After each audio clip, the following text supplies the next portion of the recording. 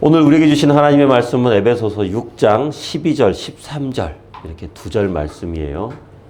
우리 다 함께 읽도록 하겠습니다.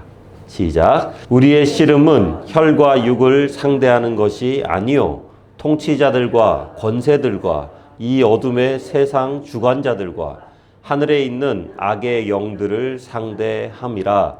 그러므로 하나님의 전신갑주를 취하라. 이는 악한 날에 너희가 능히 대적하고 모든 일을 행한 후에 서기 위함이라. 아멘. 네, 지난 주일에 우리는 영적 전쟁의 어떤 서론이라고 할 수 있는 그런 내용들을 함께 살펴봤죠.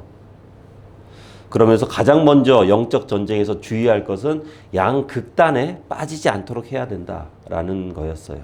어떤 사람은 영의 세계 그 자체를 부인해 버립니다. 그러면서 뭐 그런 게 어디 있어. 이 과학의 시대에, 최첨단 AI 시대에 그런 게 어디 있어. 그렇게 하죠. 어떤 분들은 너무 영적인 것만을 추구합니다. 모든 걸 영적으로만 해석합니다. 그러면서 이거는 분명히 내가 실수한 거예요. 내가 잘못한 거예요. 그런데 내가 잘못해서 뭔가 이렇게 제재를 받습니다. 그럼에도 불구하고 뭐라고 얘기하냐면은 이것은 영적 싸움이야. 자기가 잘못한 것은 생각하지 않아요. 그러면서 이건 영적 싸움이야. 그렇게 하면서 막 금식하고 그럽니다. 조금 깝깝합니다. 그런 모습을 이렇게 보면은요. 하지만 건강한 크리스천은요, 영적인 세계를 인식하되 내 삶을 통해서 이루기를 원하시는 하나님의 비전을 따라서 현실 세계에서 최선을 다해요. 그러면서 영적 싸움의 가장 첫걸음이 무엇인가? 라고 이렇게 생각해 보니까요. 영적 싸움의 가장 첫걸음은 우리가 세상 법을 잘 지키고 살아가는 것. 그게 일단은 영적 싸움의 가장 첫걸음이다. 한마디로 말해서 사탄에게 틈을 내어줘서는 안 된다. 그게 바로 첫걸음이 아닌가. 그러면서 우리가 삶에서 마주하게 되는 어둠의 권세 4가지가 있다고 했는데요. 그 중에서 첫 번째를 살펴봤죠. 지난주에 바로 통치자들이었습니다. 통치자들.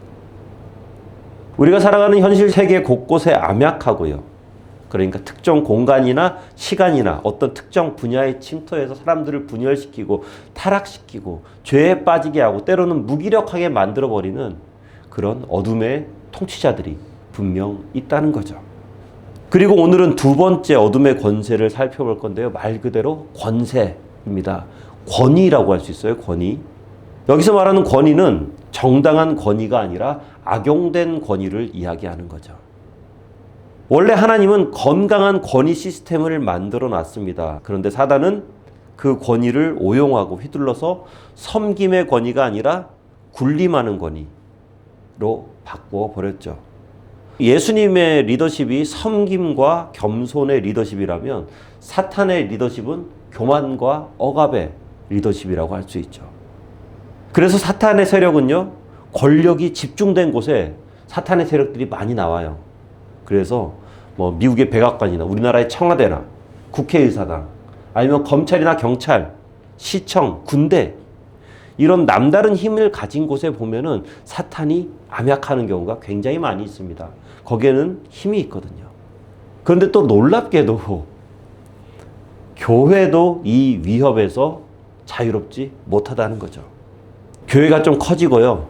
교회가 유명해지면은 그 교회 안에서 은근히 급을 나누기 시작합니다. 목사 계급, 장로 계급, 권사 계급, 집사 계급. 이런 식으로 막 자기들끼리 급을 나눠요. 그렇게 해놓으면 사단은 어떻게 합니까? 무슨 파워게임 하듯이 사단은 그거를 이제 살살 악용하면서 사람들을 이간질합니다. 목사님이 굉장히 겸손한 목사님, 그리고 언제나 웃으면서 따뜻하게 성도들을 대하는 목사님. 이런 목사님들이 희한하게요. 교회가 부흥하고 교회가 커지고 그러잖아요. 그러면은 얼굴에서 웃음기가 싹 사라지기 시작합니다. 그러면서 얼굴 한번 보기 힘들고 악수 한번 하기 힘든 멀쩡한 집사님이 이 장로가 되면은요. 갑자기 이 목이 고든 백성이 되어버리는 경우도 있죠. 딱 이렇게. 그리고 평소에 그렇게 그냥 보이지 않는 곳에서 성실히 사역하던 여집사님들, 이 권사님 딱 되면 어떻게 해요? 이제 한 걸음 뒤로 딱 물러납니다. 이건 내가 할 게 아니야. 그렇게 해버린다는 거죠. 그래서 나에게 남들이 가지지 않은 무언가가 있다면 항상 경계해야 돼요. 조심해야 돼요. 나를 돌아봐야만 돼요. 그렇게 하면서 중요한 게 하나님 앞에서 그리고 사람들 앞에서도 항상 겸손과 섬김의 모습을 내가 가지고 있느냐, 이거 체크해 봐야 됩니다. 우리가 기도하면서 언제나 깨어있지 않잖아요? 그러면은 나도 모르는 사이에 순식간에 어둠의 권세에 이용당해 버릴 수도 있다라는 거죠. 그리고 어둠의 권세에 이 세 번째 대상이 있는데요. 바로 어둠의 세상 주관자들입니다. 이건 뭐 남들 모르는 곳에서 몰래 이렇게 죄를 생산하는 자들이죠. 말 그대로 범죄자 집단, 마피아나 뭐 그런 아주 나쁜 야쿠자 같은 그런 사람들이죠. 마약이나 인신매매, 살인이나 도박, 그리고 온갖 악행들을 어쩌면 그렇게 좋은 머리로 그런 것들을 해내는지 상상을 초월합니다. 정말 나쁜 사람들이죠. 그런데 사실 보면은 그래요. 인류 역사를 보면은 이 나쁜 사람들을 없애기 위해서 나름 선한 권력자들이 얼마나 많은 노력을 기울였는지 모릅니다. 우리나라만 해도 막 범죄와의 전쟁 뭐 하면서 막 대단했죠. 그런데도 어디선가 또 나타나요. 그렇게 없앤 줄 알았는데 또 어디선가 또 나타난다는 거죠. 유럽의 스킨헤드나 미국의 KKK 같은 것들, 중동의 테러 단체들, 이런 단체들 보면은 저는 한 번씩 의문이 드는 게 도대체 이 사람들 무슨 돈으로 이렇게 하나 싶어요. 그 엄청난 단체를 운영하려면 돈이 엄청나게 들어가거든요. 돈도 들어가고, 그리고 무기들, 도대체 어디에서 그 비싼 무기들을 사가지고 와서 그렇게 해야 되는지 일반적인 상식으로는 이해되지 않는 이런 단체들, 우리가 상상할 수 없는 어둠의 세력들이 먹여 살리고 있다는 거죠. 이 모든 것들을 움직이는 어둠의 세상 주관자가 이 땅 가운데 있다는 것입니다. 마지막으로는요, 하늘에 있는 악한 영들입니다. 말 그대로 사탄의 직접적인 지휘를 받는, 명령을 받는 부하들, 귀신들이라고 할 수 있죠. 사탄이 직접 부리는 이 귀신들이 지금까지 함께 살펴봤던 통치자들이나 권세자들이나 어둠의 세상 주관자들, 이런 사람들을 뒤에서 암약하고 조정하는 거죠. 그런데 이 모든 것을 지휘하는 사탄, 루시퍼, 우리가 이렇게 잘 알고 있는데요. 도대체 누군가? 사실 사탄은 그렇습니다. 한때 계명성이라고 불렸죠. 모닝스타, 계명성이라고 불리면서 한마디로 말해서 천국의 예배 인도자였습니다. 찬양 인도자였어요. 예배를 총괄하는 사람이었습니다. 그런데 계시록을 보게 되면은요, 그런 사탄이 타락하죠. 그래서 추종자들과 함께 천국에서 쫓겨납니다. 쫓겨나 버려요. 굉장히 많은 천사들과 함께, 타락한 천사들과 함께 천국에서 쫓겨나요. 루시퍼가 천국에서 쫓겨난 뒤에 이를 갈면서 하나님께 대적해 보려고 하죠. 하나님 앞에서 막 내가 하나님을 물리치고 이 세상의 모든 권세를 잡아내겠다. 영적인 세계까지 내가 다 통치하겠다. 하는데 이게 게임이 안 되잖아요. 붙어보려고 해도 안 되잖아요. 이런 내용들이 어디에 잘 나와 있냐면은 존 밀턴이 쓴 그 신라권이라는 책에 이 내용들이 이렇게 잘 묘사가 되어 있죠. 그래서 왜 영화 같은 거 보면 그렇잖아요. 영화 같은 거 보면은 악당이 주인공한테 이렇게 막 싸우는데 주인공한테 도저히 안 돼요. 악당이. 그러면 나중에 악당이 어떻게 합니까? 주변에 있는 주인공이 사랑하는 연인을 확 뒤에서 잡습니다. 그러면서 총 버려! 막 이렇게 하죠. 그죠? 아니면 가족, 막 부모님, 막 자녀들 이렇게 하면서 총 버려! 이렇게 합니다. 사탄이, 루시퍼가 하나님께 하다 안 되니까, 뭔 수를 써도 하나님께는 도무지 안 되니까 결국 하나님의 형상대로 창조된, 하나님께서 너무나도 기뻐하고 사랑하지만 너무나도 연약한 인간을 인질로 확 잡아버리죠. 그러면서 타락시켜서 죄 가운데 빠지게 만들어 버립니다. 죄의 값은 사망이잖아요. 죄를 지으면 하나님 앞에서 반드시 죽어야만 되거든요. 그게 하나님의 공입니다. 말하자면 인간을 인질로 딱 잡고 그러는 거예요. 딱 이렇게 청소해서 하나님 이제 어쩔 건데, 내가 이 인간들 이제 다 죄로 죽게 만들어 버리겠어. 그렇게 하니까 하나님 총을 딱 내려놓습니다. 무장 해제하면서 하나님이 항복해 버리죠. 그리고 총을 내려놓은, 무장을 해제한 하나님을 사탄이 총으로 쏴버립니다. 그게 바로 예수 그리스도의 십자가 사건인 거죠. 예수님께서 거기에서 죽어버리는 거예요. 사탄이 이제 이겼다고 생각하면서 끝난 줄 알았는데 놀랍게도 예수님께서는 부활하시잖아요. 그러면서 예수님께서 십자가에서 부활하시면서 대역전극이 펼쳐집니다. 그때부터 죽을 수밖에 없는 죄인인 인간들이 예수 그리스도를 붙잡습니다. 죄 가운데 빠져있는 그 누구라 할지라도 예수 그리스도를 나의 구주로 영접하면은 그 십자가를 통과하면은 구원받을 수 있게 된 거예요. 하나님의 품으로 나아갈 수 있게 된 거죠. 이제 게임 끝인 줄 알았죠, 사탄은. 그런데 완전히 불의의 일격을 맞은 거예요. 그러면서 이거는 더 이상 손 쓸 수가 없게 되어버린 거죠. 그렇게 하면서 사탄에게는 이제 두 가지 선택지밖에 남지 않았습니다. 먼저는요, 사람들이 예수 믿는 걸 막아야 돼요. 어둠의 자녀들이 예수 믿고 광명의 길로 가는 모든 길을 차단해 버립니다. 그러니까 그렇습니다. 교회에서 어떤 행사들을 하거나 교회에서 뭔가 이렇게 하면은 사탄은 가만 놔둬요. 너희들끼리 잘 놀아. 재미있게 지내. 그런데 교회에서 전도하려고 그러잖아요. 굉장히 힘듭니다. 크리스천들이 다른 거 뭐 하려고 할 때는 뭐 괜찮아요. 괜찮은데 특히 이 전도하려고 하면은요, 딱 막혀요. 그래서 전도가 어려운 거예요. 사탄이 막고 있으니까 어려운 거예요. 다른 게 아니에요. 우리가 전도할 때 그렇잖아요. 왠지 요즘에 특히 교회가 욕 많이 먹거든요. 사람들한테 말하기 미안하기도 하고 창피하기도 하고, 어떨 땐 또 그렇습니다. 저 사람은 도대체 가능성이 도무지 없는 사람, 속위의 경읽기 해봐야 아무 소용없다고 때로는 또 이제 포기해버려요. 아유, 저희는 안 돼. 그런데요, 이런 모든 것들이 사탄의 전략이라는 거죠. 예수님이 포기하지 않으셨는데, 하나님이 포기하지 않으셨는데 우리가 포기할 이유가 없다라는 겁니다. 그리고 두 번째 사탄의 선택은요, 이미 예수 믿고 구원에 이른 하나님의 자녀들이 더 이상 영적 영향력을 미치지 못하도록 막아버리죠. 크리스천들을 타락시키는 거예요. 그래서 이 타락한 크리스천들이 다른 범죄자들보다 훨씬 크게 부각됩니다. 예. 저 사람 어느 교회 장로래. 장로인데 저런데. 저 사람 어느 교회 집사인데 저런데. 저 사람 교회 다니니까 저런데. 자기들은 뭔 짓을 해도 가만히 놔두면서 왜 교회 다니는 사람들만 하면은 그렇게 막 대서특필되는. 예. 사단의 전략이기 때문에 그래요. 딱 두 가지 심플한 전략이죠.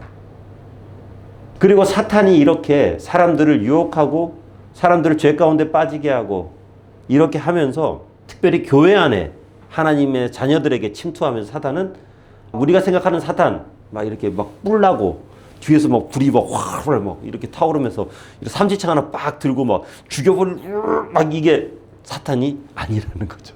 네. 사탄은 굉장히 매력적인 모습으로 찾아옵니다.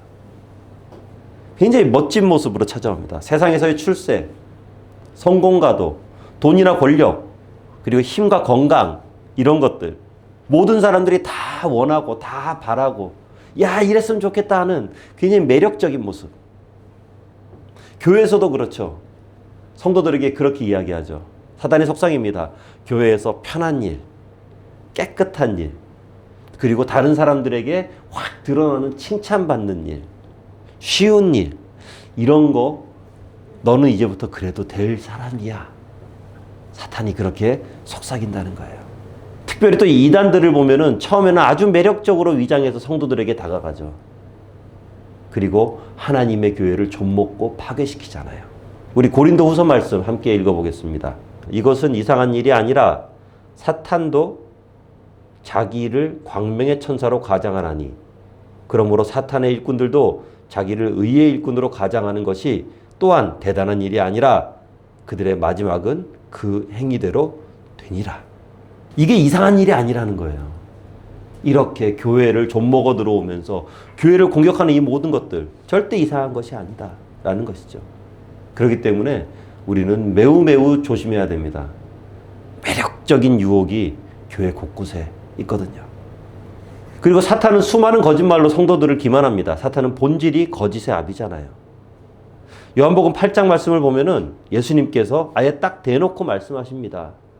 이는 그가 거짓말쟁이요 거짓의 아비가 되었습니다. 거짓의 가장 정점에 사탄이 있다는 거예요.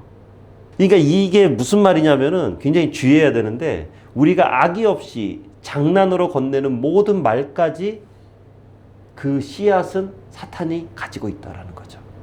우리가 농담으로 쉽게 전하고 아주 사소한 거짓말이라 할지라도 사탄은 그 사소함을 이용해서 역사할 수 있다는 거예요. 우리는 진리를 믿고 진리를 전하고 진리를 말해야 되는 사람들입니다. 그렇기 때문에 누구나 다 아는 거짓말이고 농담 섞인 말이라고 할지라도 그게 진실되지 않는다면, 그게 참이 아니라면, 뭐가 조금이라도 섞여 있다면 우리는 안 해야 돼요.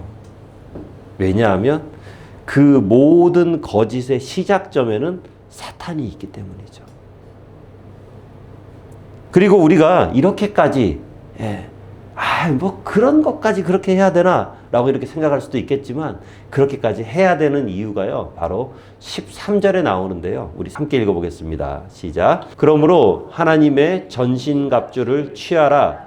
이는 악한 날에 너희가 능히 대적하고 모든 일을 행한 후에 서기 위함이라. 아멘. 이 굉장히 중요한 말씀입니다. 모든 일을 행한 후에 서기 위함이다.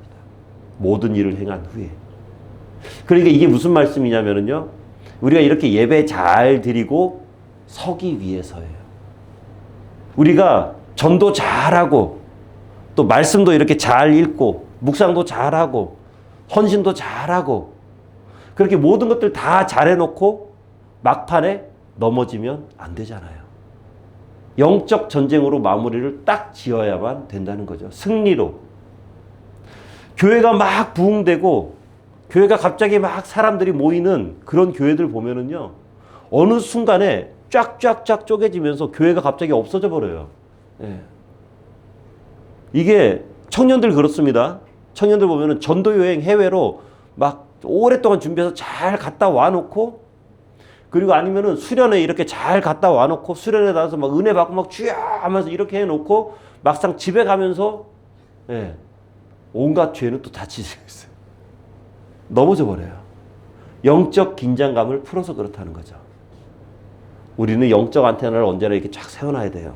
그러면서 늘 주님과 동행해야만 합니다. 주님과 함께해야만 합니다. 우리가 모든 일을 행한 후에 바로 서기 위해서는 언제나 주의 성령이 우리 안에 충만히 있어야 돼요.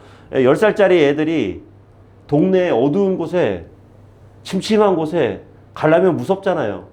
자기가 나름 이렇게 좀 이종 격투기도 좀 배우고 유도도 좀 배우고 그렇게 했다. 그러면서 나는 밤길이 무섭지 않아. 아닙니다. 게임이 안 됩니다. 동네에서 안전하게 다닐 수 있는 아이들의 유일한 소망은요, 아빠가 옆에 있는 거예요. 아빠가 옆에 있으면은 이 아이들은 뭐 아무 데나 다 다닐 수 있어요. 바로 그거죠. 하나님의 전신갑주를 취하라. 이것은 영적 전쟁은 우리 인간의 힘으로 되는 것이 아니다. 하나님께서 함께 하셔야 된다. 우리가 혼자서 아무리 한다고 해도 아무것도 안 됩니다. 절대 이길 수 없어요. 이 주보 있잖아요. 이 주보 종이잖아요, 이게. 이 한 장 찢는 건 너무 쉽죠, 그죠? 너무 쉽습니다. 그런데 이 주보에다가 요거 하나 딱 대잖아요, 이렇게. 요거 못 찢습니다. 무슨 수를 써도 못 찢습니다. 내가 나 홀로 있으면 찢어지지만 내가 주님 안에 이렇게 딱 붙어 있잖아요. 그러면 주님께 딱 붙어 있잖아요. 이러면은 아무 문제 없어요. 아무 문제 없다는 거예요. 하나님의 전신갑주를 입는다.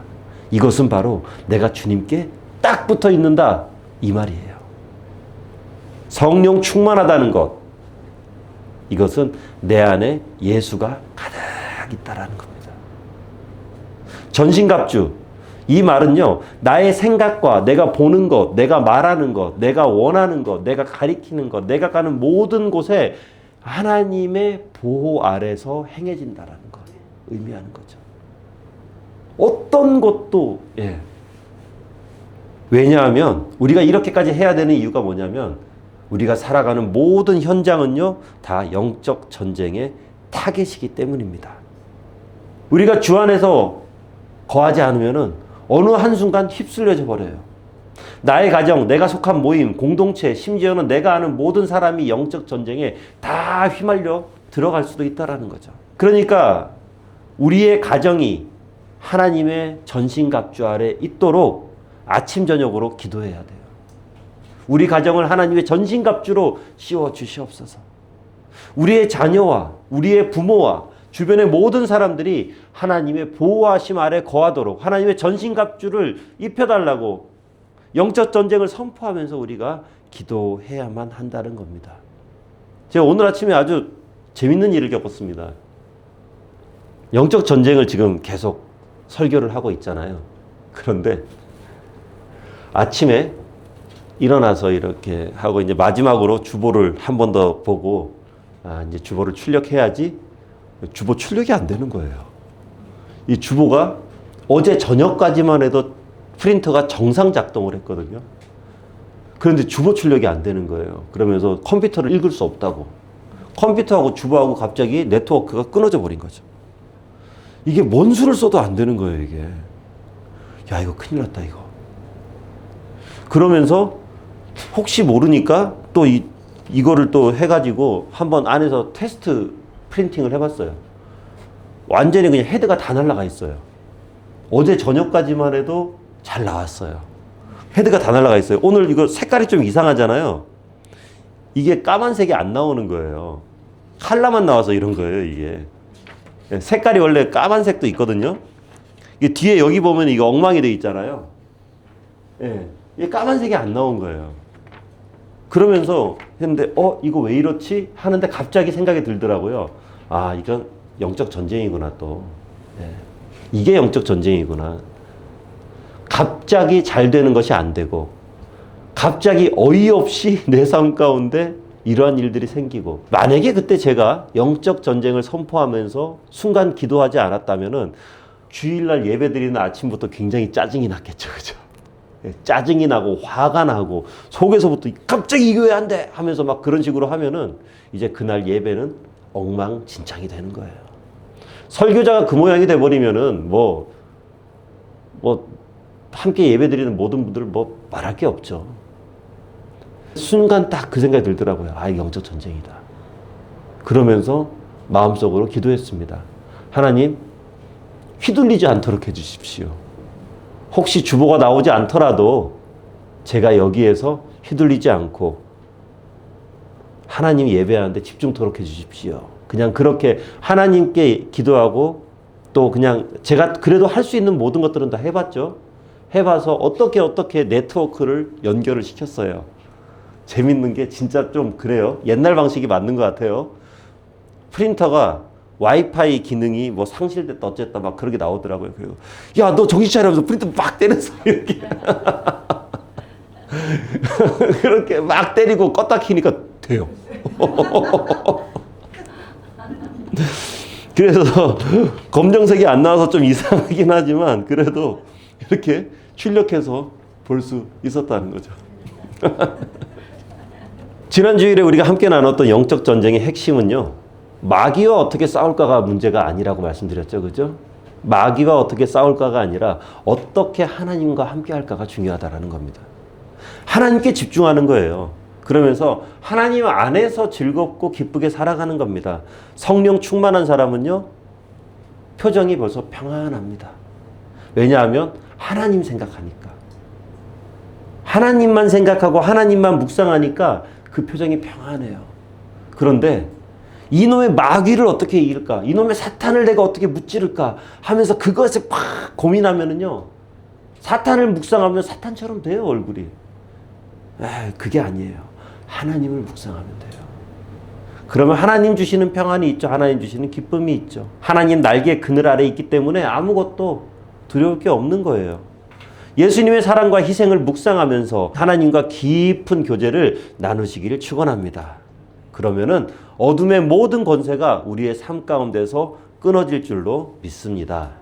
그리고 이렇게 이런 것들이 이루어졌을 때 우리는 예수 그리스도의 힘 있는 이름을 비로소 사용할 수 있게 되는 거예요.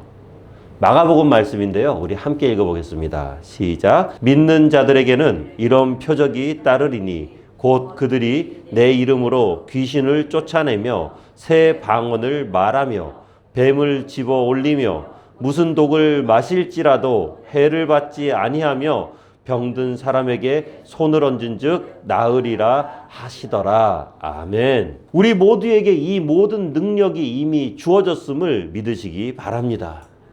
예수님의 이름으로 선포하면 되는 거예요. 나사렛 예수 그리스도의 이름에는 권세가 있습니다. 그 이름에는 힘이 있습니다.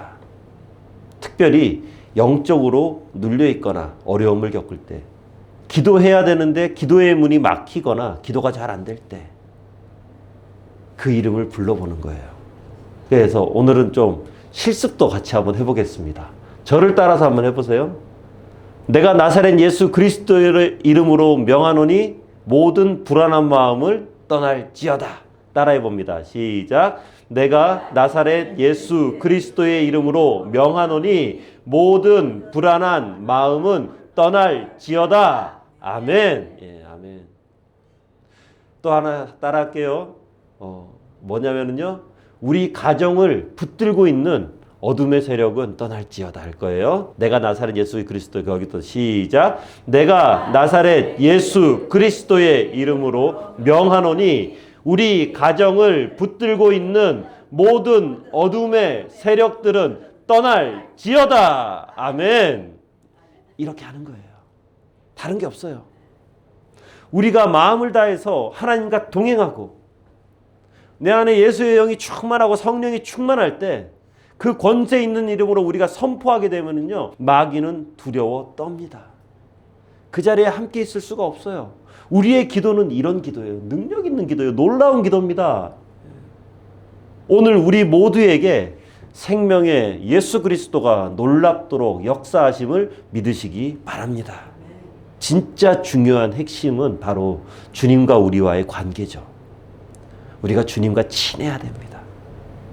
하나님과 가까워야 돼요. 성령 충만하셔야 돼요. 우리가 성령 충만하면 모든 어둠의 권세들이 쫓겨나게 되지만 성령 충만하지 않잖아요? 어설프게 예수 그리스도 이름으로 선포해 봐야 큰 화만 입습니다. 사도행전 19장을 보면 딱 그런 일이 있어요. 제사장 스게와 의 7 아들들, 이게 참 그렇죠. 말하자면 목사 아들들이에요. 네, 목사 아들들인데 이 모양이에요. 이 사람들이 가가지고 괜히 귀신 들린 사람 이렇게 막 건드렸다가, 그러니까 귀신이 그러잖아요.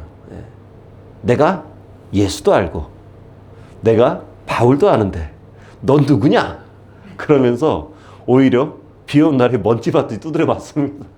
귀신 들린 사람한테 오히려 당해요. 그런데 이런 사이비가 아니라 하나님의 사람이 예수님과 함께하면서 성령 충만함으로 그 권위 있는 이름을 선포하잖아요. 어둠의 세력들은 두려워 떱니다. 그렇다고 해서 이렇게 가까이 있는 사람들, 평소에 알던 사람들한테 나를 조금 힘들게 한다고 해서 나사렛 예수 그리스도의 명하노니 떠날지어다 이렇게 하면은 큰일 납니다. 안 됩니다. 그게 아니고 영적 전쟁은 내 안에서 선포하는 거예요. 내 안에서 선포하는 거예요. 예수 그리스도의 이름으로 가정에서 선포하시기 바랍니다.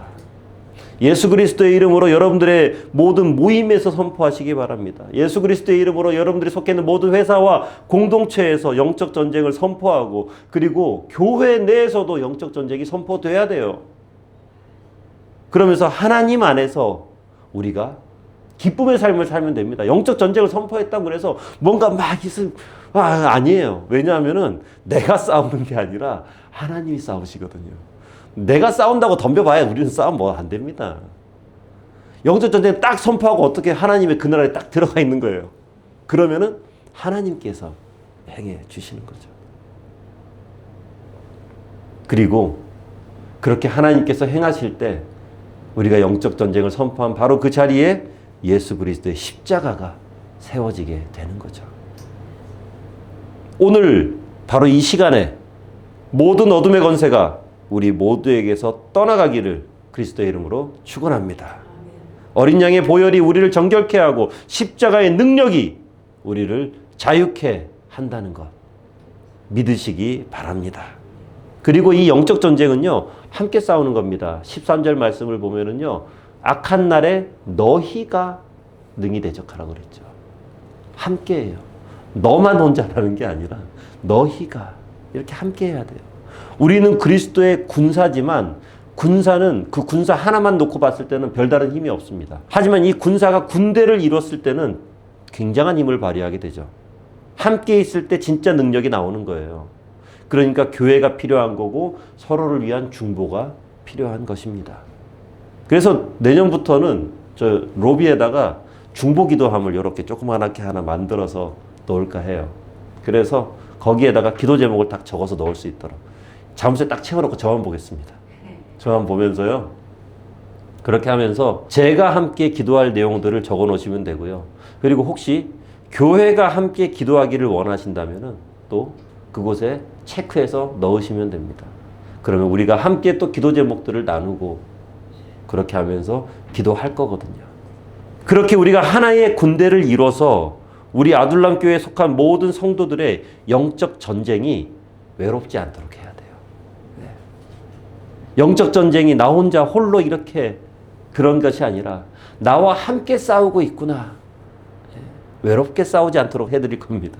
그렇게 우리가 하나님 안에서 하나로 뭉쳐서 영적 전쟁을, 영적 싸움을 싸워 나갈 때 하나님의 군대로서 놀라운 능력을 우리는 발휘할 수 있게 될 거예요. 기도하는 분들, 특별히 뭐 아이업이나 YM 같은 곳에 지도자들 이렇게 그런 분들의 이야기를 들어보면 한결같이 하시는 얘기가 영적 식계가 이제 마지막 바늘을 향해서 가고 있다. 이 예수님의 때가 멀지 않았다. 그리스도의 재림이 멀지 않았다. 마지막 때가 멀지 않았다. 그러면서 영적 긴장감을 놓아버리고요. 오히려 영적 나태함에 빠져버린 많은 교회들에게 경고합니다. 그리고 그들이 다시 깨어나야만 된다고 이야기합니다. 그러면서 한국교회가 이렇게, 세계교회가 이렇게 많은 시련과 어두움과 고난 가운데 빠져있는 이유는 다른 것이 아니라 하나님께서 그들이 다시금 깨어날 수 있도록 영적 시련과 고난을 하나님께서 허락하셨기 때문이다. 라고들 다들 그렇게 입을 모아서 얘기들을 해요. 깨어나야 된다는 거죠. 이런 시대에 하나님께서 바로 이곳에 아둘람 교회를 세우신 것은 저는 그냥 세우지 않았다라고 저는 확신합니다. 비록 작은 수지만 우리부터, 이곳에서부터 우리가 승리하는 영적 싸움을 싸워나기 시작한다면, 우리의 영적 싸움에서 우리가 승리하면서 살아가기 시작한다면 우리의 영향력은요, 상상을 초월할 수 있어요. 우리의 영향력은 어마어마할 수 있다는 것이죠. 굳건한 믿음과 흔들리지 않는 신앙과 변치 않는 열정으로 영적 전쟁을 수행해 나가시기 바랍니다. 바로 그때 하나님은 우리와 함께 하시면서 놀라운 일들을 행하실 것입니다. 그렇게 선한 싸움을 잘 싸워내시는 우리 모두가 되어지기를 주님의 이름으로 축원합니다. 기도하겠습니다. 사단은 이 세상에 암약하며 많은 크리스찬들을 쓰러뜨리고 넘어뜨리기를 원합니다. 그리고 그렇게 공격해 옵니다. 하지만 하나님, 우리는 그런 사단의 계략을 잘 알고 있기에 그럴수록 하나님을 묵상합니다. 그럴수록 그리스도의 십자가를 묵상하며 성령의 능력을 구합니다. 하나님, 우리의 싸움이 비록 작은 싸움이라 할지라도 작은 곳에서부터 하나하나 승리를 쌓아가며 이 땅 가운데 하나님 나라를 확장해 나가는 우리 모두가 되어지도록 해 주시옵소서.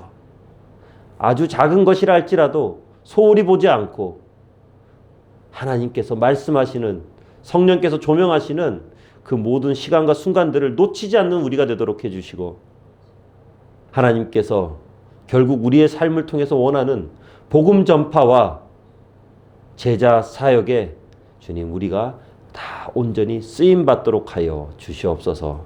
예수님 이름으로 기도하옵나이다. 아멘.